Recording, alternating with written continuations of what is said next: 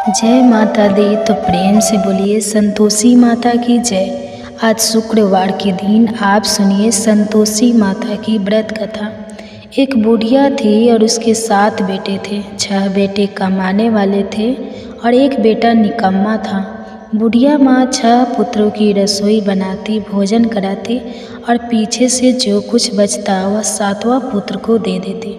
परंतु वह बड़ा भोला भाला था, मन में कुछ विचार नहीं करता था। एक दिन वह अपनी बहू से बोला, देखो मेरी माता का मुझ पर कितना प्रेम है। वह बोली, क्यों नहीं, सबका झूठा बचा हुआ तुमको खिलाती है। वह बोला, ऐसा भी हो सकता है क्या? मैं जब तक आंखों से ना देखूं मान नहीं सकता। बहू ने हंसकर कहा, देख लोगी तब तो मानोगी ना। कुछ दिन बाद बड़ा त्यौहार आया। घर में 7 प्रकार के भोजन और चूरमा के लड्डू बने। वह जांचने को सर के दर्द का बहाना कर पतला कमरा सिर पर ओढ़कर रसोई घर में सो गया और कपड़े में से सब देखता रहा। 6 भाई भोजन करने आए। उसने देखा माँ ने उनके लिए सुंदर सुंदर आसन बिछाए, 7 प्रकार की रसोई परोसी। वह आग्रह करके माता रही और देखता रहा। 6 भाई भोजन कर उठे। तब माँ ने उनकी झूठी थालियों में से लड्डुओं के टुकड़ों को उठाया और एक लड्डू बनाया। झूठ साफ करके बुढ़िया माँ ने पुकारा, उठ बेटा, 6 भाई भोजन कर गए, अब तू ही बेटा बाकी है, उठ और तू कब खाएगा? वह कहने लगा, माँ मुझे भोजन नहीं करना, मैं परदेश जा रहा हूँ। माता ने कहा, कल जाता तो आज ही जा। वह बोला, हाँ आज ही जा रहा हूँ। यह कहकर वह घर से निकल गया। चलते समय उसे बहू की याद आई। वह गौशाला में कंडे काप रहा था। वह उसे जाकर बोला कि मेरे पास तो कुछ नहीं है, यह अंगूठी है, सो ले लो और अपनी कुछ निशानी मुझे दे दो। वह बोली कि मेरे पास क्या है, यह गोबर भरा हाथ है। यह कहकर उसकी पीठ में गोबर के हाथ की थाप मार दी और वह चल दिया। चलते चलते दूर देश में पहुंचा। वहां पर एक साहूकार की दुकान थी। वहां जाकर बोला, भाई मुझे नौकरी पर रख लो। साहूकार को नौकर की ज़रूरत थी। साहूकार उससे बोला, तू नौकरी पर रह जा। लड़के ने पूछा, तनख्वाह क्या रहेगी? साहूकार ने कहा, काम देकर दाम मिलेंगे। साहूकार की नौकरी मिल गई। वह सवेरे 6 बजे से रात्रि 12 बजे तक नौकरी करने लगा। कुछ दिनों में दुकान का लेन देन, हिसाब किताब, ग्राहकों को माल बेचना, सारा काम करने लगा। साहूकार के 7-8 नौकर थे। वे सब चक्कर खाने लगे कि यह नया नौकर बहुत होशियार बन गया है। सेठ ने भी काम देखा और 3 महीने के अंदर ही उसे मुनाफे का साझेदार बना लिया। 12 वर्ष में वह नामी सेठ बन गया और मालिक सारा कारोबार उस पर छोड़कर बाहर चला गया। अब बहू पर क्या बीती वह सुनो। सास ससुर उसे दुख देने लगे। बृहस्पति का काम करा के उसे लकड़ी लेने जंगल में भेजते। इस बीच घर की रोटियों के आटे से जो भी भूसी निकलती उसकी रोटी बनाकर रख दी जाती और फूटे नारियल की नरेली में पानी। इस तरह दिन बीतते रहे। एक दिन वह लड़की लेने जा रही थी लकड़ी की। रास्ते में बहुत सी स्त्रियां संतोषी माता का व्रत करती दिखाई दी। वहाँ यह खड़ी होकर कहने लगी, बहनों यह तुम किस देवता का व्रत करती हो और इसके करने से क्या फल होता है? इस व्रत के करने की क्या विधि है? यदि तुम अपने इस व्रत का विधान मुझे समझा कर कहोगी तो मैं तुम्हारा बड़ा एहसान मानूंगा। तब उनमें से एक स्त्री बोली, सुनो यह संतोषी माता का व्रत है। इसके करने से निर्धनता, दरिद्रता का नाश होता है, लक्ष्मी आती है, मन की चिंताएं दूर होती हैं, घर में सुख होने से मन को प्रसन्नता और शांति मिलती है, निपुत्री को पुत्र मिलता है, प्रीतम बाहर गया हो तो शीघ्र आता है, कुंवारी कन्या को मनपसंद वर मिलता है, राजद्वार में बहुत दिनों से मुकदमा चलता हो तो वह भी खत्म होता है, कलह कलेश की निर्वृत्ति हो, सुख शांति हो, घर में धन जमा हो, पैसा जायदाद का लाभ हो और भी मन में जो कुछ कामना हो वह सब इस संतोषी माता की कृपा से पूरी होती है। स्त्री कहने लगी, 1.25 आने का गुड़ चना लेना, इच्छा हो तो 5.25 आने का लेना या 1.25 रुपये का भी सहूलियत के अनुसार ही लेना। बिना परेशानी, श्रद्धा और प्रेम से जितना भी बन सके सवाया लेना। सवा पैसे से सवा आने तक, इससे भी ज़्यादा शक्ति और भक्ति के अनुसार ले लेना। हर शुक्रवार को निराहार रहकर कथा कहना और सुनना। इसके बीच क्रम टूटे नहीं, लगातार नियम पालन करते रहना। सुनने वाला कोई ना मिले तो घी का दीपक जलाकर उसके आगे जल के पात्र को रखकर कथा कहना, परंतु नियम ना टूटे। जब तक कार्य सिद्ध ना हो नियम पालन करना और कार्य सिद्ध हो जाने पर व्रत का उद्यापन करना। 3 मास में माता फल पूरा करती है। यदि किसी के खोटे ग्रह हो तो भी माता 1 वर्ष में अवश्य कार्य सिद्ध करती है। कार्य सिद्ध होने पर ही उद्यापन करना चाहिए, बीच में नहीं करना चाहिए। उद्यापन में 2.5 सेर आटे का खाजा तथा इसी अनुसार से खीर तथा चने का साग बनाना। 8 लड़कों को भोजन कराना। जहाँ तक मिले देवर, जेठ, भाई, बंधु, कुटुंब के लड़के लेना। ना मिले तो रिश्तेदारों और पड़ोसियों के लड़के बुलाना। उन्हें भोजन कराकर यथाशक्ति दक्षिणा देना और माता का नियम पूरा करना। उस दिन घर में कोई खटाई नहीं बनना। यह सब सुनकर बुढ़िया की बहू वहाँ से चल दी। रास्ते में लकड़ी के बोझ को बेच दिया और उन पैसों से गुड़ चना लेकर माता के व्रत की तैयारी करने लगी। आगे चली और सामने मंदिर है। यह सुनकर माता के मंदिर में जाकर माता के चरणों में लौटने लगी। इसके बाद वह माँ से विनती करने लगी कि हे माँ, मैं निपट हूँ, मूर्ख हूँ, व्रत के नियम कुछ नहीं जानती हूँ, मैं बहुत दुखी हूँ। हे माता जगजननी, मेरा दुख दूर करो, मैं आपकी शरण में हूँ। माता को दया आई। एक शुक्रवार बीता कि दूसरे शुक्रवार को ही इसके पति का पत्र आया और तीसरे को उसका भेजा हुआ पैसा भी आ पहुँचा।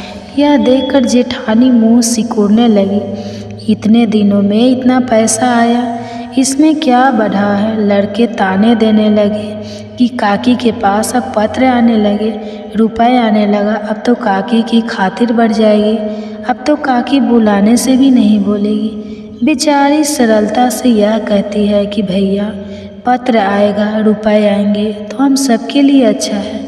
ऐसा कहकर आँखों में आंसू भरकर संतोषी माता के मंदिर में आकर मातेश्वरी के चरण में गिरकर रोने लगी। माँ, मैंने तुमसे पैसा नहीं मांगा, मुझे पैसे से क्या काम, मुझे तो अपने सुहाग से काम है। मैं तो अपने स्वामी के दर्शन और सेवा मांगती हूँ। तब माता ने प्रसन्न होकर कहा, जा बेटी, तेरा स्वामी आएगा। यह सुनकर खुशी से वह बावली होकर घर जाकर काम करने लगी। अब संतोषी माँ विचार करने लगी, इस भोली पुत्री से मैंने कह तो दिया कि तेरा पति आएगा, पर आएगा कहाँ से? वह तो इसे स्वप्न में भी याद नहीं करता। इसे याद दिलाने से मुझे ही जाना पड़ेगा। इस तरह माता उस बुढ़िया के बेटे के पास जाकर स्वप्न में प्रकट होकर कहने लगी, साहूकार के बेटे सोता है या जागता है? वह कहता है, माता सोता भी है नहीं हूँ, जागता भी नहीं, मैं तो दुविधा में हूँ, कहो क्या आज्ञा है? माँ कहने लगी, तेरा घर बार है या नहीं? वह बोला, मेरा सब कुछ है माता, माँ बाप भाई बहन बहू, क्या कमी है?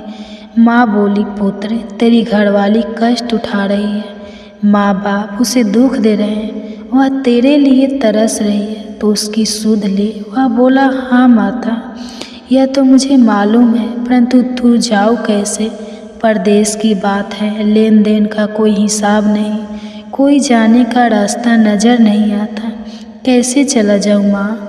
माँ कहने लगी, मेरी बात मान, सवेरे नहा धोकर संतोषी माता का नाम लेकर घी का दीपक जलाकर दंडवत कर दुकान पर जा बैठना। देखते देखते तेरा लेन देन चुक जाएगा, जमा माल बिक जाएगा, साँझ होते होते धन का ढेर लग जाएगा। अब तो वह सवेरे बहुत ही जल्दी उठकर मित्र बंधुओं से अपने सपने की बात कहता है। वे सब उसकी बात अनसुनी करके खिल्ली उड़ाने लगे। कहीं सपने वे भी सच्चे होते हैं? एक बूढ़ा बोला, देख भाई, मेरी बात मान, इस तरह साथ झूठ कहने के बदले देवता ने जैसा ही कहा है वैसा ही करना, तेरा क्या जाता है। अब बूढ़ी की बात मानकर वह नन्हा धोआकर संतोषी माता को दंडवत कर घी का दीपक जलाकर दुकान पर जा बैठता है। थोड़ी देर में वह क्या देखता है कि देने वाले रुपया लाए, लेने वाले हिसाब लाए। कोठे में भरे सामानों के खरीदार नगर में पैसौदा करने लगे। शाम तक धन का ढेर लग गया। मन में माता का नाम लेकर प्रसन्न होकर घर जाने के वास्ते गहना कपड़ा सामान खरीदने लगा। यहाँ के काम से निपट घर को रवाना हुआ। उधर बहू बेचारी चंगर में लकड़ी लेने जाती है। लौटते वक्त मद्रास के मंदिर पर विश्राम कर, वह तो उसका रोज रुकने का स्थान ही था। दूर धूल उड़ती देखकर वह माता से पूछती है, हे माता, यह धूल कैसे उड़ रही है। माँ कहती है, हे पुत्री, तेरा पति आ रहा है। अब तू ऐसा कर, लकड़ियों के 3 बोझ बना ले। एक नदी के किनारे रख, दूसरा मेरे मंदिर पर और तीसरा अपने सिर पर रख। तेरे पति को लकड़ी का गड्ढा देखकर मुँह पैदा होगा। वह यहाँ रुकेगा, नाश्ता पानी बनाकर खाकर माँ से मिलने जाएगा। तू लकड़ी का बोझ उठाकर जाना और बीच चौक में गड्ढा लाकर 3 आवाज़ें जोर से लगाना। लो सासू जी, लकड़िए का गड्ढा लाई हूँ। भूसी की रोटी दो, नारियल के खोपरे में पानी दो। आज कौन मेहमान आया है। माँ की यह बात सुनकर वह बहुत अच्छा माता जी कहकर प्रसन्न मन होकर लकड़ियों के 3 गड्ढे ले एक नदी के तट पर एक माता के मंदिर पर रखा। इतने में ही वह मुसाफिर आ पहुँचा। सूखी लकड़ी देखकर उसकी इच्छा हुई कि अब यही निवास करे और भोजन बनाकर खा पीकर गाँव जाए। इस प्रकार भोजन बनाकर विश्राम लेकर गांव को गया। उसी समय बहू सिर पर लकड़ी का गड्ढा लिए आती है। उसे आंगन में डालकर जोर से 3 आवाज़ देती है। लो सासी जी, लकड़ी का गड्ढा लो, भूसी की रोटी दो, नारियल के खपरे में पानी दो। आज कौन आया है। यह सुनकर उनकी सास अपने दिए हुए कष्टों को बुलाने हेतु कहती है, बहू, ऐसा क्यों कहती हो। तेरा मालिक ही तो आया है। बैठ, मीठा भात खाकर कपड़े गहने पहन। इतने में आवाज़ सुनकर उसका स्वामी बाहर आता है और अंगूठी देखकर व्याकुल हो जाता है। माँ से पूछता है, माँ, यह कौन है। माँ कहती है, बेटा, यह तेरा बहू है। आज 12 वर्ष हो गए। जब से गया है तब से सारे गांव में जानवर की तरह भटकती फिरती है। काम काज घर का कुछ करती नहीं, 4 समय आकर खा जाती है। अब तुझे देखकर भूसी की रोटी और नारियल के खोपरे में पानी मांगती है।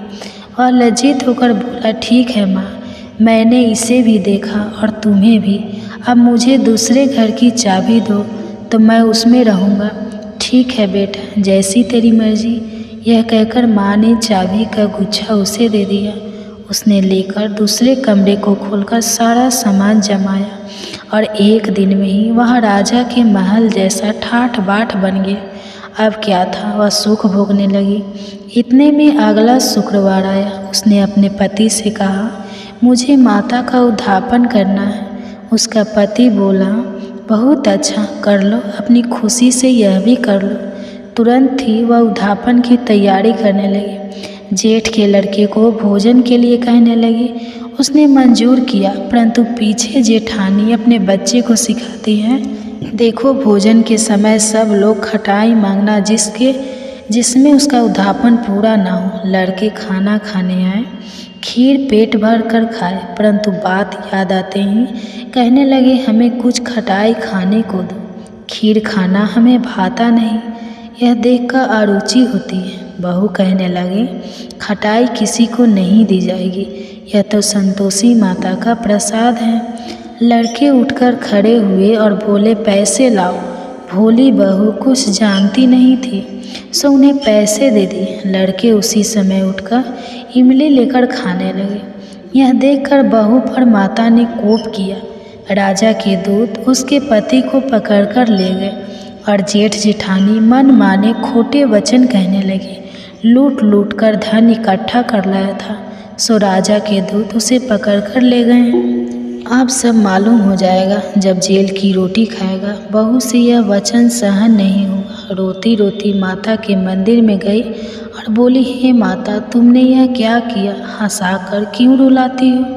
माता बोली, पुत्री, तूने उद्धापन करके मेरा व्रत भंग किया, इतनी जल्दी सब बातें भुला दी। वह कहने लगी, माता, भूली तो नहीं हूँ, ना कुछ अपराध किया है। मुझे तो लड़के ने भूल में डाल दिया, मैंने भूल से उन्हें पैसे दे दिए, मुझे क्षमा करो। माँ बोली, ऐसा भी कहीं भूल होती है? वह बोली, माँ, मुझे माफ़ कर दो, मैं फिर तुम्हारा उद्धापन करूँगी। माँ बोली, अब भूल मत करना। वह बोली, अब भूल नहीं होगी।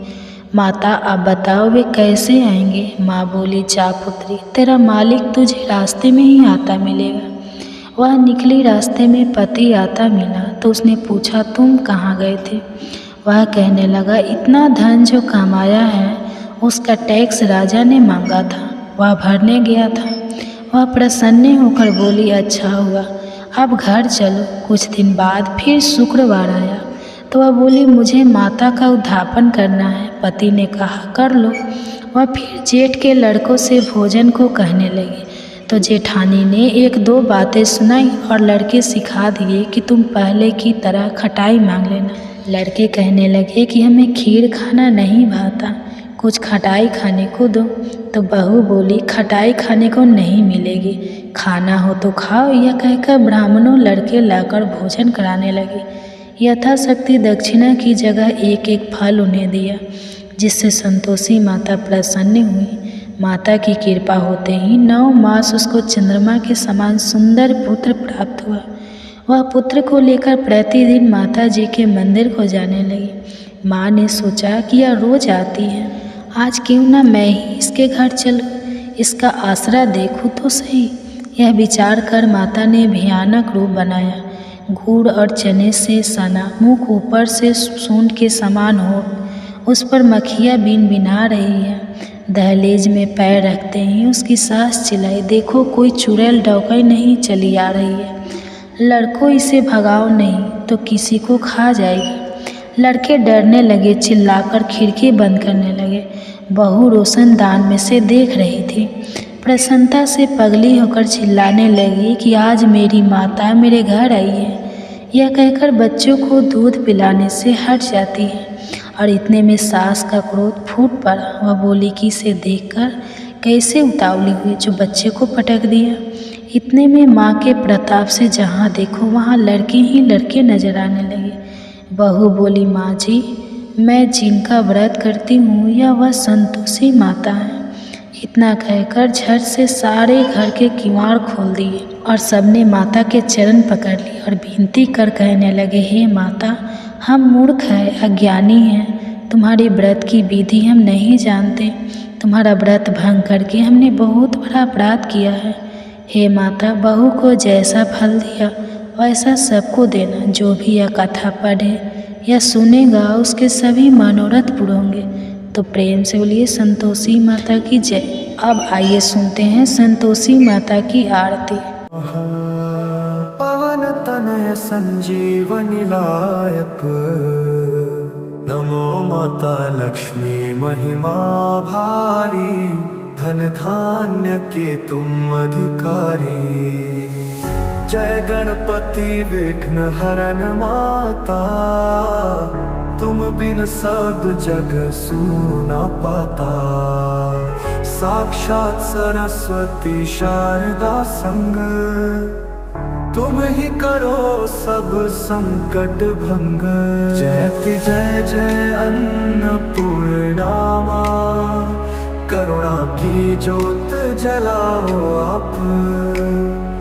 दुख से त्राण प्रभु की महिमा, सारी जगत तुमसे चमके नाम। जय जगदम्बे जय जगवंदे, मंगल की जो तुम्ही से बंधे। तुम्ही प्रदान करो वैभव भारी, भक्त जन से दूर करो अंधियारी। जय जगदम्बे जय जगवंदे, मंगल की जो तुम्ही से बंधे। तुम्ही प्रदान करो वैभव भारी, भक्त जन से दूर करो अंधियारी।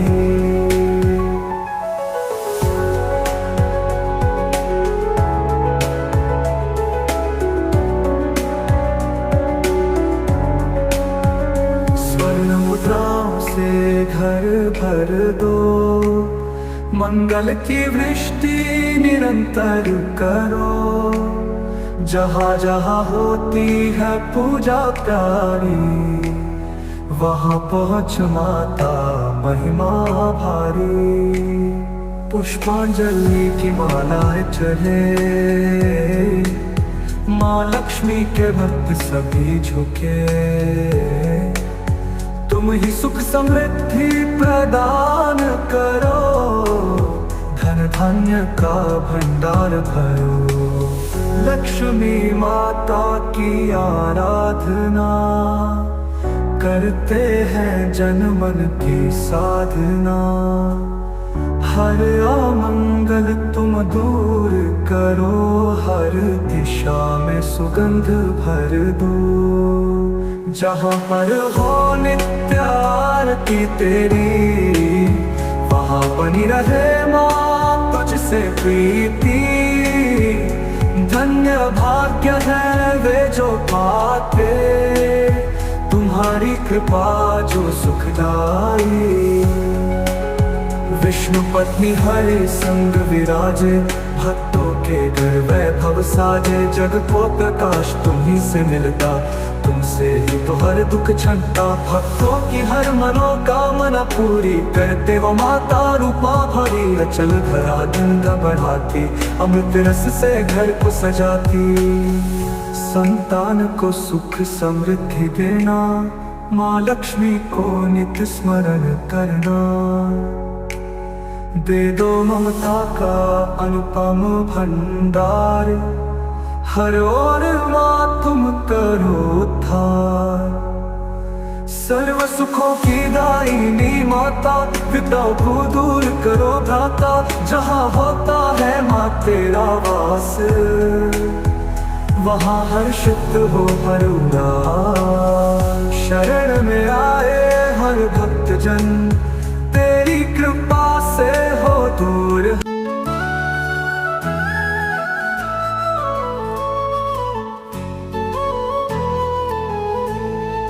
ओ जय लक्ष्मी माता, मैया जय लक्ष्मी माता।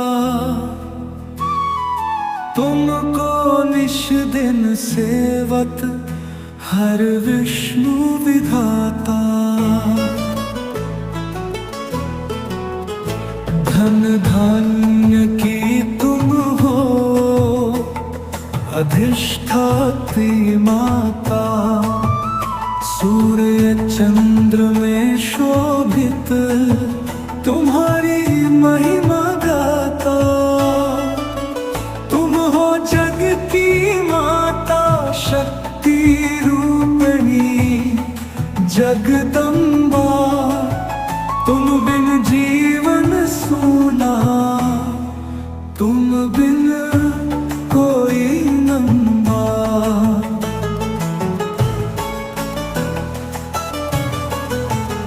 हाथों में कमल विराजे, करती हो शुभ दान। जग में सबको देती अमृत और वरदान।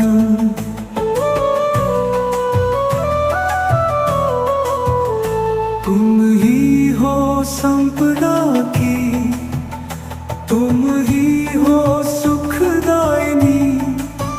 शत्रुओं का नाश करो, करुणा की तुम वासी।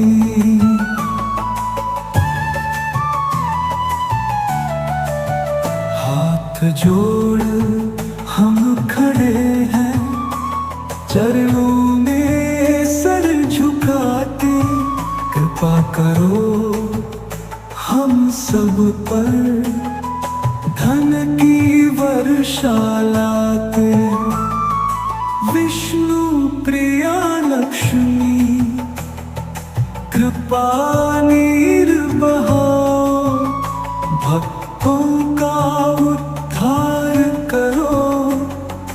दरिद्रता मिटाओ। सुख संपत्ति का भंडार घर घर तुम फैलाओ। हर द्वार पर जगदम्बा अपना वास बसाओ।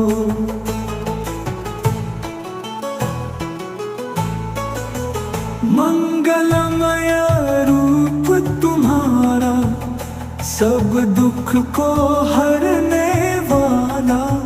तुम्हारी आरती गाने से मिलता सुख का प्याला। रिद्धि सिद्धि की दात्री हर संकट दूर करो।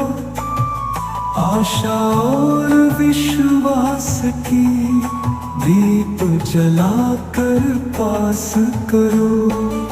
स्वर्ण महलों की देवी श्वेत वस्त्र पहन कर अपने भक्तों को दान दो।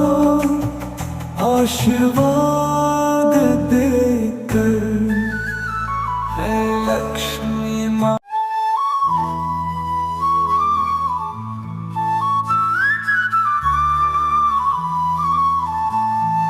ओम जय जगदीश हरे स्वामी जय जगदीश हरे। भक्त जनों के संकट दास जनों के संकट क्षण में दूर करे। ओम जय जगदीश हरे।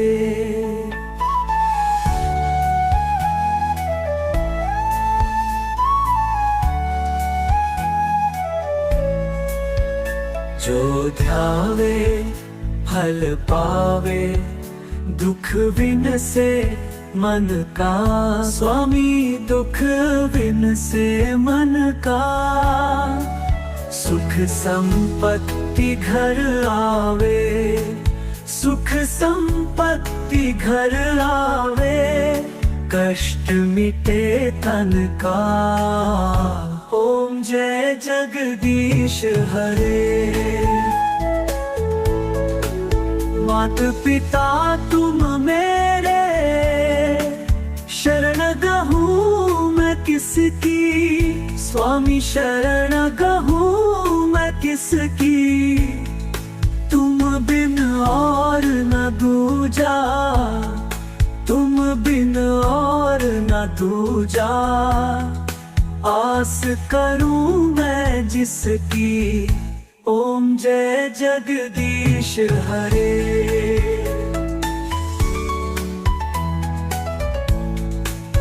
तुम पूरन परमात्मा तुम अंतर्यामी। स्वामी तुम अंतर्यामी। पार ब्रह्म परमेश्वर पार ब्रह्म परमेश्वर तुम सबके स्वामी। ओम जय जगदीश हरे।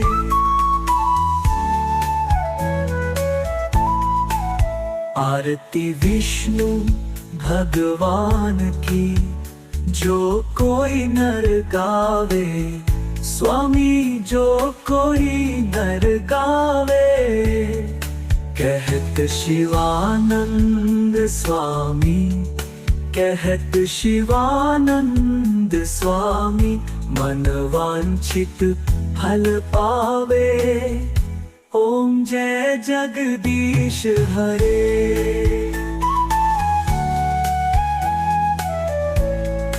ओ माँ लक्ष्मी माता मैया जय लक्ष्मी माता। तुमको निश दिन सेवत हरि विष्णु विधाता। ओम जय उमा रमा ब्रह्माणी तुम ही जगमाता। सूर्य सूर्य चंद्रमा ध्यावत नारद ऋषि गाता। ओम जय दुर्गा रूप निरंजनी सुख संपत्ति दाता। जो कोई तुमको ध्यावत रिद्धि सिद्धि पाता। ओम जय तुम पतिव्रता दे। श्री गणेशाय नमः।